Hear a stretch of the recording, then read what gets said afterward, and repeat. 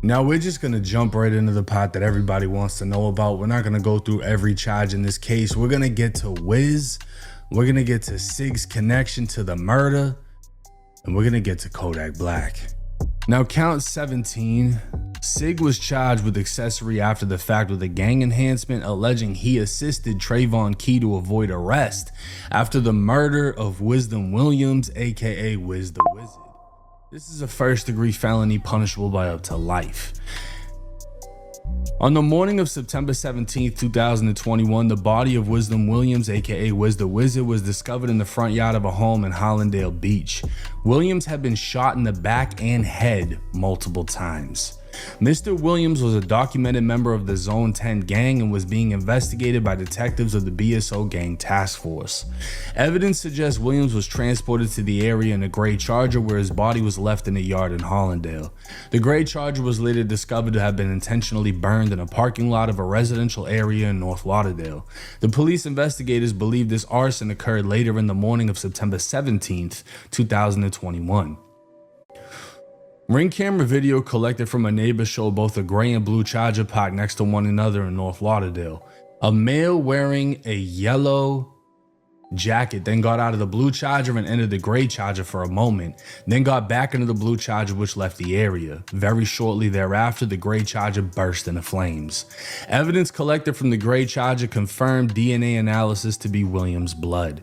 The blue Charger was traced to an individual named Fabian Chambers. Chambers and his girlfriend Kristen Kunzler were interviewed by the police. They advised law enforcement that they rented the blue Charger to Martavis Cross and Devontae Cross between an unspecified date. They had been in contact with a request to rent the blue Charger between the dates that the murder would be committed. When shown the ring video of the arson, they identified Devontae Cross as the person who entered the gray Charger. This identification was based on Cross's gait, physical build, and the yellow jacket he was wearing. Now, Brown's phone, Liberia Sig, was in contact with Martavis Cross's phone between September 16th and 17th. These calls consisted of 9 answered calls during this period and 4 unanswered calls. On September 17th, early in the morning, Brown's phone sent a text message to Martavis Cross's phone with latitude and longitude coordinates. These coordinates show a location approximately a quarter of the mile from the arson. On September 17, 2021 in the afternoon, Brown's phone sent the text messages to Martavis Cross's phone and requested his address. Cross's phone then sent Brown's phone his address. On September 17, 2021 at 8:37 in the morning, James Samuel, a known associate of the Dania Hot Boys Grand Mafia Street Gang, sent an iMessage to Brown's phone with a picture of Wiz the Wizard's crime scene, including a body covered by a yellow tarp. The metadata from Samuel's phone showed the photo was taken near the crime scene. At 10:19 a.m. on September 17, 2021, Trayvon Key sent his location to Brown's phone via a pin drop. This location matched the location Brown's phone sent to Martavis Cross about 5 minutes later. On August 3rd, 2021, Liberia Sig's phone communicated with Denzel Sanon via Telegram, indicating Kodak Black had offered the Grand Mafia $20,000 for the murder of Wisdom Williams. Let me read this again. On August 3rd, 2021, Liberia Sig's phone communicated with Denzel Sanon via Telegram, indicating Kodak Black offered the Grand Mafia $20,000 for the murder of Wisdom Williams. Even if true, this is hardly evidence Brown was paid any money for assisting in the homicide or helping HMT Trey avoid arrest. Let me break this down. For one, for all you internet detectives, Kodak Black, yeah, they write fuck ups all the time on real paperwork. That doesn't mean anything. That doesn't mean it's any less legit. We're literally on the website from the Broward County Clerk. This is real paperwork, right? Now this says, even if true, this is hardly evidence Brown was paid any money for assisting in the homicide or helping Key avoid arrest. This is written by Liberia Sig's lawyer. This is basically his motion to get him bond. So he's saying, look, y'all found a text saying from this guy that, you know, Kodak was offering $20K to get this dude killed. But that doesn't mean my client was ever paid for the murder that happened or had any assist in the murder. So he is not clearing Kodak Black's face. He's clearing his client, saying, look, he might have got offered money, but that doesn't mean he was ever paid. Well, this is where shit gets sticky. If they investigate Kodak, even if no money was paid, that's still a conspiracy to commit murder by offering to pay money for a body. This can get very fucking deep. Now, if we jump over to Reddit, I mean, this was posted on Reddit a day ago, and people are already making comments like, that's why that boy Yak's so booted right now. He know it might start crashing down. Basically referring to how much drugs he's on and, you know, kind of knowing in the back of your head, everything could crumble at any moment. They're calling Yak a snake. They're saying, we all know he did it though.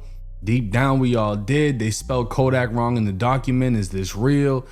This guy said that's because it isn't real. They're not supposed to misspell no words in paperwork. I guarantee you that this kid never been in trouble in his fucking life, ever. And has no idea what he's talking about. They're calling Yak a hater, and they're saying Trap Lord Ross is about to have a field day with this situation. And I know he is, because he don't fuck off. But this is interesting because these are voice messages of Wiz the Wizard prior to his death, speaking on the fallout with Kodak. I ain't gonna lie, Juice, bro. To be 100% real, you found. I don't like that shit either, bro. That nigga Kodak, I knew that nigga 10 years plus, found. That's my brother, bro.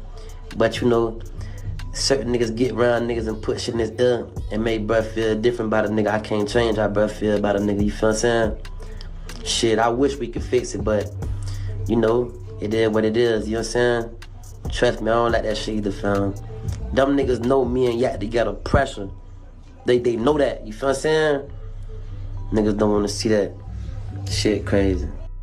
So Wiz is basically saying he doesn't like the fact that him and Kodak fell out. And he believes Kodak was listening to people around him that divided them both. It's an unfortunate situation. But taking a look at this video, this is after Wiz was killed. And it would seem like Kodak is trolling his old friend's death. Yeah, long live family, long live that boy. You hear me? Y'all talking about long live that nigga. Yeah, long live him.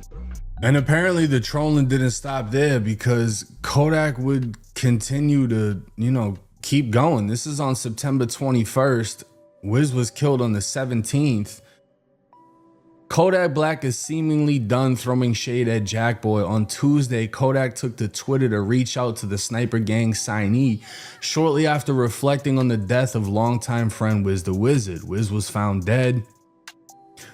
Kodak said it's an effed up feeling when you can't even explain how you feel, and even when you do or try to, you get judged by your feelings.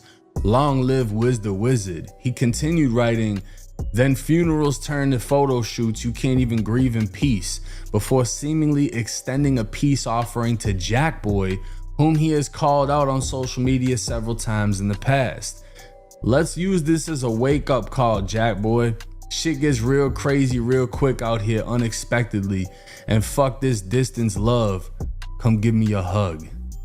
Now they're trying to say, oh, this shit is trolling. He was trolling, Wiz got killed. He's trolling Jackboy, who him and Jackboy are like sworn enemies. Jackboy literally just dropped Kodak's interrogation video. I mean, that's all gone back and forth. Jackboy got shot at one point, and you know, or they tried to shoot him and they shot someone that was associated with him. No ties to Kodak in that situation that anyone knows of, but they're saying that Kodak is just trolling at this point. And it would take another turn when Kodak's own cousin G1 the Dawn decided to make a video based on Kodak's tweets. Tell y'all niggas something, man. Y'all new generation ass niggas, man. You cannot go around sacrificing your whole team. The next thing you know, when you lonely, you go around and Twitter about the shit like you going through postpartum depression, nigga. Shut the fuck up. Let's listen to that again. Man, y'all new generation ass niggas, man. You cannot go around sacrificing your whole team. The next thing you know, when you lonely, you go around and Twitter about the shit like you going through postpartum depression, nigga. Shut the fuck up. G1, Kodak's own cousin, literally following the death of Wiz the Wizard, is saying, you can't go on Twitter acting like you're depressed after sacrificing your own team. Just that statement right there. He's saying you can't sacrifice your own team and then act depressed about it. You knew what you were signing up for. I'm gonna leave it at that, right? I'm not even gonna get into any conspiracy theories. I'm gonna just, that's what Kodak's cousin said. But things would keep heating up as Kodak Black would diss Wham Spin the Band, who was cousins with Wiz the Wizard. Every nigga out your clique dead, nigga. Fuck, boy. I ain't got no homeboys who dead, nigga. I don't never say long live or rest in peace, nothing. None of my homeboys ain't dead. The whole shit dead, boy. All the niggas.